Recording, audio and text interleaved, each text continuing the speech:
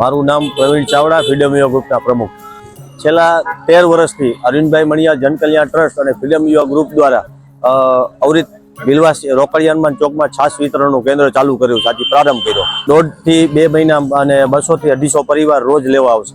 ગૌલીવાડ, વીરમાયા plot, Bhilvas, Kotak school પાછળનો વિસ્તાર અને ઠક્કરબાપા વિસ્તાર. અમારા દાતાના આર્થિક સહયોગથી અને અરવિંદભાઈ મણિયા જનકલ્યાણ ટ્રસ્ટના સહયોગથી